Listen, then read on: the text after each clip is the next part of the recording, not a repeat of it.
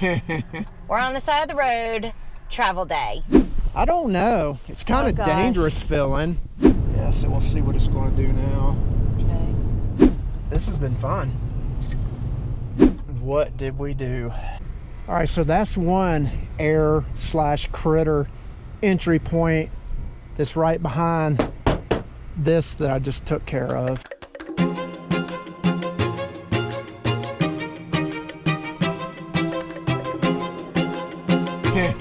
We're on the side of the road, travel day.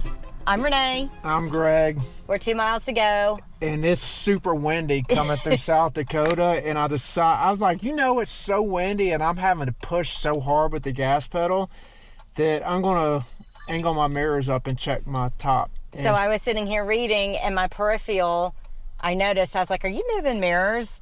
And when I looked, I was like, I can see the top of the camper out of mine. Why? It's bubbling. It's like that. The roof? The TPO or the EPDM XYZ. or whatever is kind of coming up. So we're on the side of the road. I'm going to try and get some Eternabond tape. I think it's coming from the corners where the drain gutters are. So it's not like we're hauling booty, but the wind is coming directly at us. It's super windy.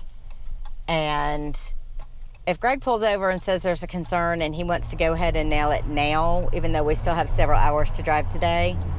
Well, it's so windy though, if I put the Eternabond tape on it now, where I think the air is getting in, once we get going, I'll be able to tell. Okay.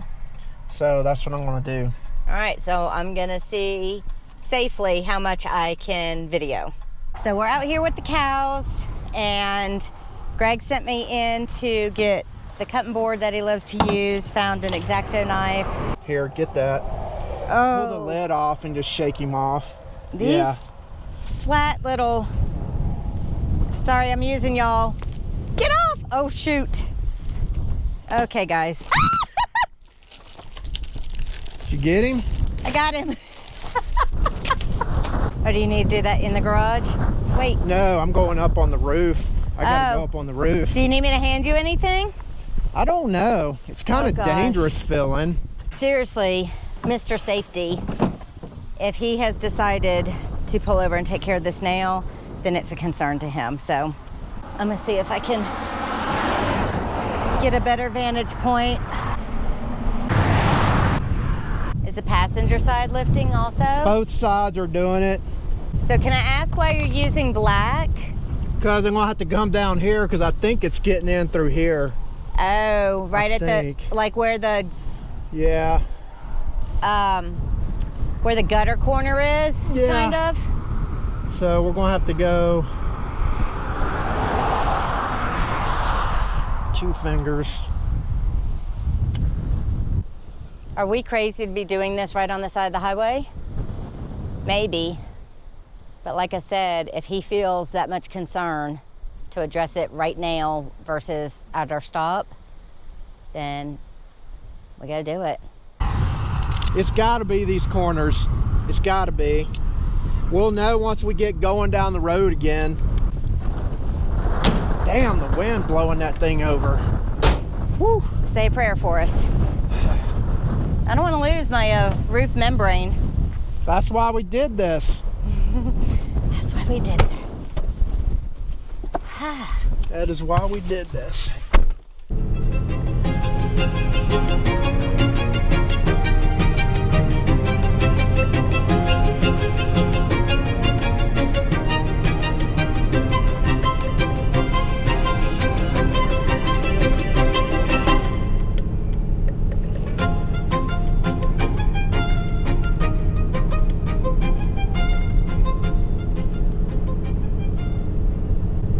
So I slowed down to 48 before we stopped, and it was bubbling pretty good. It was.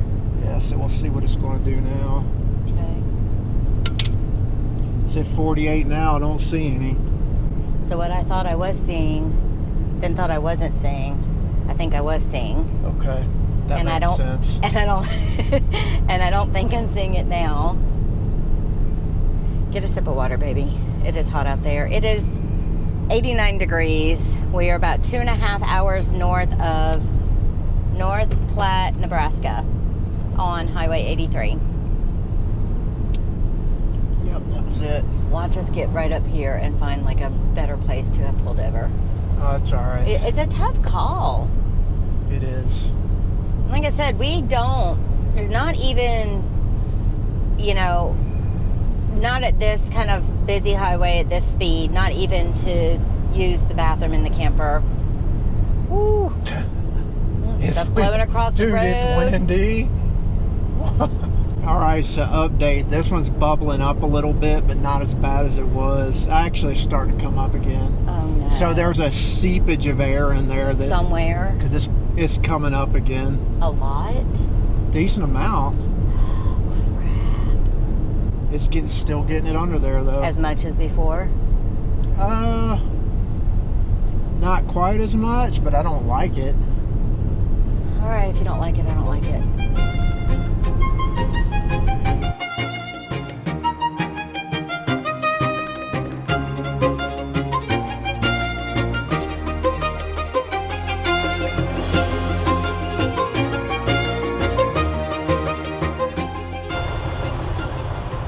Step stool is too short. The corner he has to get to is not conducive to being up from the top of the roof. And he said he's gonna have to make this work. If it's not coming from there, he has no other option or solution right now, and says we would have to take our chances and just drive. All right, that better hold. Famous last words. Okay. Here we go again. Drink water, baby. Yeah, I do need to. This has been fun. Thinking after over 30 years of marriage, we have a different idea of fun. Well, it's my way of Enlightening. positive coping. Yes. Okay. And it's bubbling still. Good. I don't know where it's coming from. Got to be under the cap or something. That's the only thing I can think is it's under the cap. Coming up the front of the cap and on? Somewhere. Yeah, there's air coming up somehow in that underneath. I don't know how, but it is. What do we do?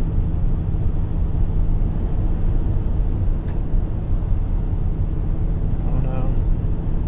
North Platte, Nebraska. Pal's Brewing Company, Harvest Host. Y'all, I cannot even tell you how amazing this Harvest Host is. They have 25 spots on the south side of the parking lot. You can use your generator if need be. They have overflow on the north side of the parking lot. Let me show you guys this, or Greg, you show everybody. What am I showing them? Well, oh, they got these are pull-through gravel spots, and these are back-end gravel spots, but that's a first for a Harvest Host to see this. second day of travel. We are going to have, I'm waiting for it right now to dry my hair, more winds just like yesterday. So you know it's going to be a good travel day when I'm in my work Carhartts to do travel. So thinking about it more, and when I show y'all this, you'll probably get it, is all these screws are for some reason stripped out. Yeah, the middle one was completely missing. Yeah, I and this noticed is popped yesterday. out, and there's like a 1/2-inch gap that I know is letting wind up under the cap and up. So I got 2 stripped out screws I found so far, like this one right here is stripped, it won't tighten anymore. Haven't checked those yet. The middle one missing, like I said, So I'm going to go into the old screw archive over here and get the next size bigger and see if I can get those all straight. And I'm just going to have to run a strip of black Eternabond and make it look all nice. I think that's going to be the answer, I hope, after thinking about it all night long. So a Eternabond tape making it look nice. I'd say after decades and decades of skateboard grip tape art, it'll look just fine. Now, I got another theory real quick to entertain y'all with. Remember back in the 90s when they had the tailgate nets and they had the big plastic wings that would go on the back of a tailgate? And you would watch videos where they're like, this saves fuel mileage, and it would show like this big air vortex that travels behind your tailgate on a pickup truck. So when you have a camper shell, our last truck, there's no vortex because of that camper shell. So what's the one variable that started this? Well, truck. And probably screws coming loose, but I'm thinking that having this truck without the topper, that vortex is just pushing more air into it than the truck with the big, well, the truck that was tall too, that was covering up a lot more of the cap out of the wind. So that's theories, whatever, but stuff to think about. Going to seal it up and see what happens. I think it's going to take care of it. So this is a scene in front of us, and we're not even moving. What did we do? Holy crap. I don't know if I will ever be driving through these states again. This is crazy.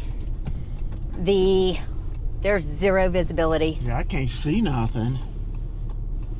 When is this going to go? I'm just going to start creeping forward, and whatever's doing it, hopefully we get out of it. There's a lot of trucks that are, there yep, it is. There it is. It just cleared out. I mean, we had zero visibility as Greg was pulling out, but the roof issue is still the same, or back to the same. It was looking good when we started out this morning, but I don't know if the winds were as strong. This is crazy. My hair was soft, now it's full of sand. I'm chewing sand. I just want to get to our destination. Yeah. I just want to be done. Yesterday and today, I just want to be done. This wind and dust is insane. I'm not sure what to think about the roof. I'm just going to keep sealing all around the front cap and just see what happens. I'm at a loss. Honestly, I am.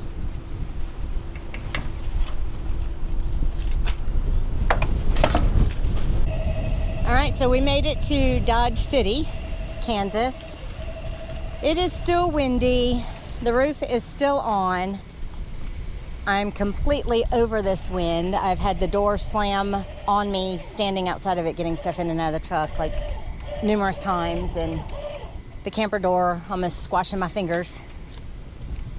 But we're here, great big spacious level, semi-level site, but lots of room, concrete pad, and disconnecting.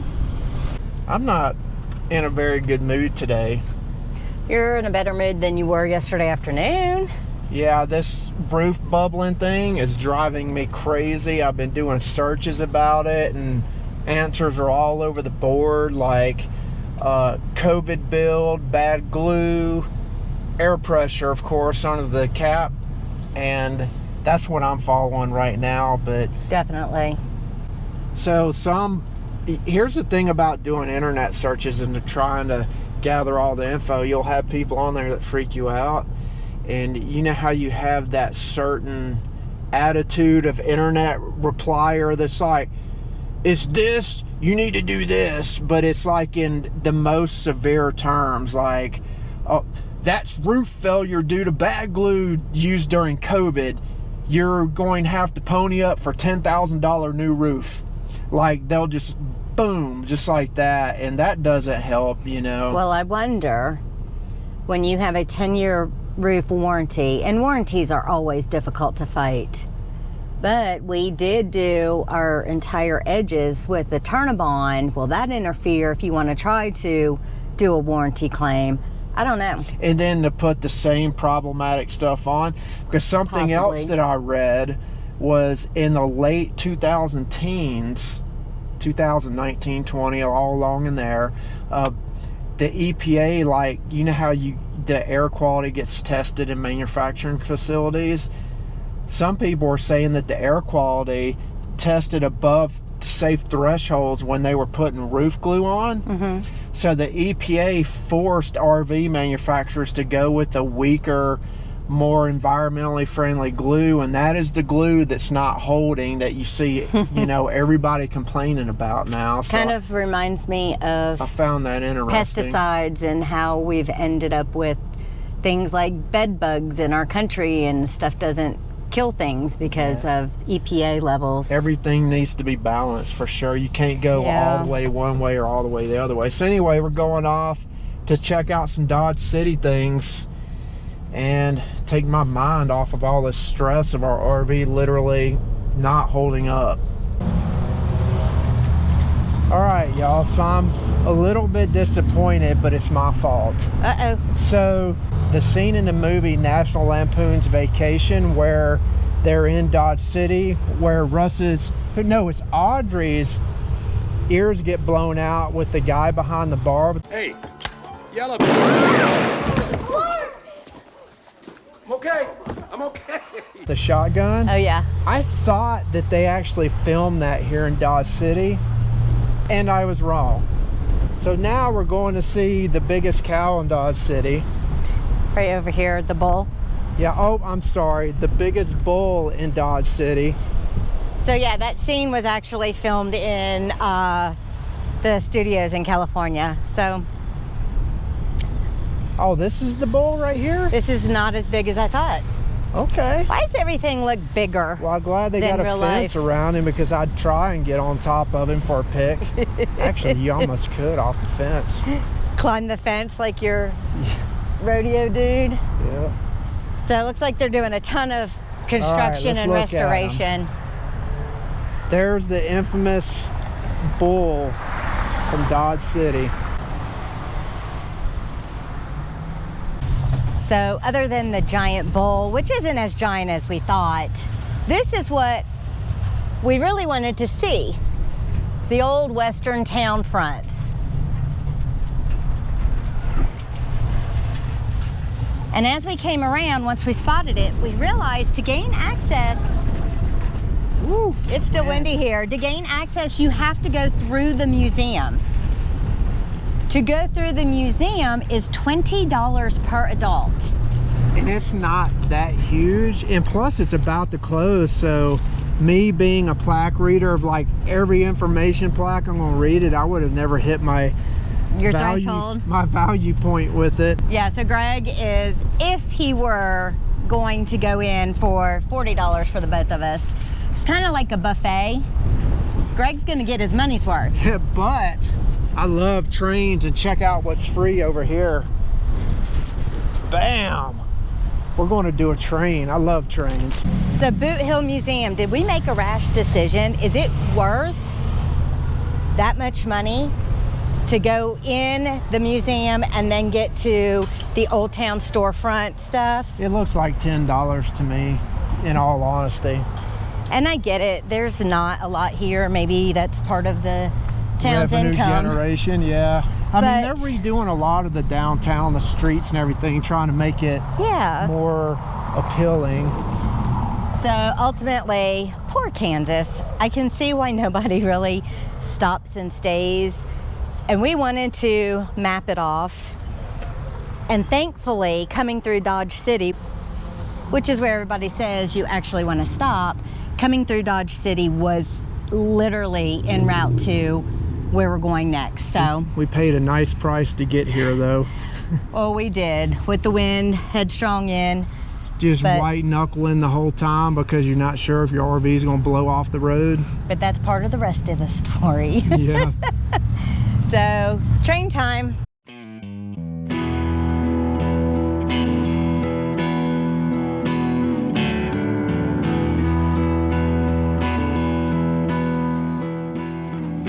Boot Hill Special number 1139, steam engine. The railroad played a significant role in the prosperity of early Dodge City. When the railroad was established here in 1872, Dodge City became the ideal location for shipping buffalo hides to Point East on the Atchison, Topeka, and Santa Fe Railway. This engine was built in 1903 by Baldwin Locomotive Works at a cost of $19,846.98.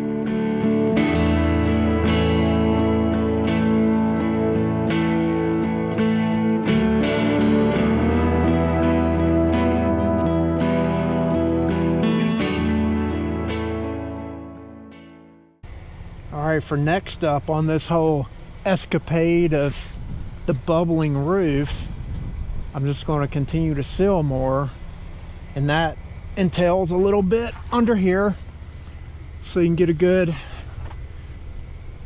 relationship. This is the bottom of the cap, that protective aluminum cover, which is actually the only shield under here. And I noticed under here on the back side, I don't know if it matters, but hole to let air in up under the cap, and then a little seam. I don't know if that's so bad, but I'm going to try and put some tape over the main part of this hole and see if some of this will seal up. Plus, that's honestly is a critter entry point into the trailer, so I'm going to do both sides on that first.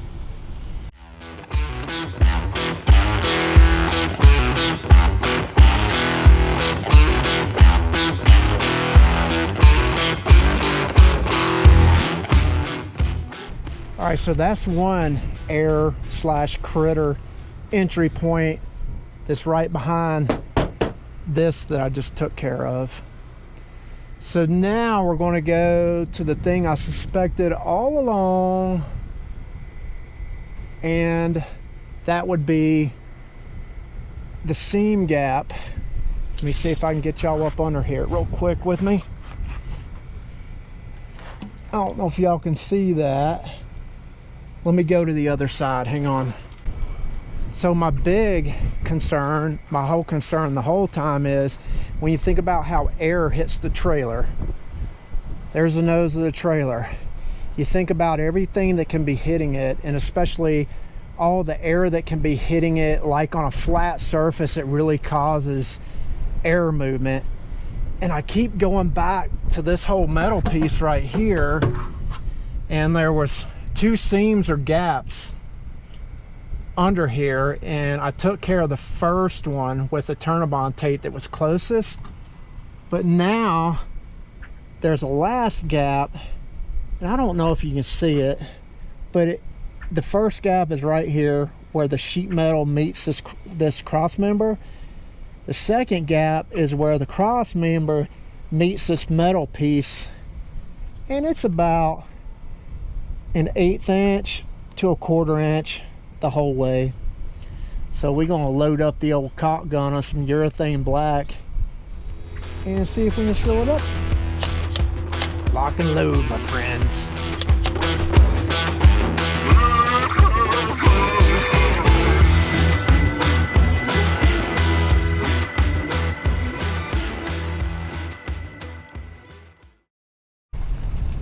All right, so what do y'all think is gonna happen tomorrow? Guess we'll see. Either I'm gonna be depressed again or happy. All right, it's travel day, and what do you think the roof is going to do?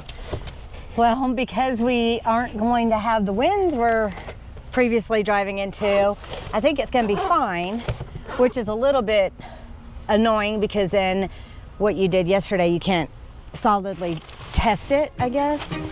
I admire her confidence.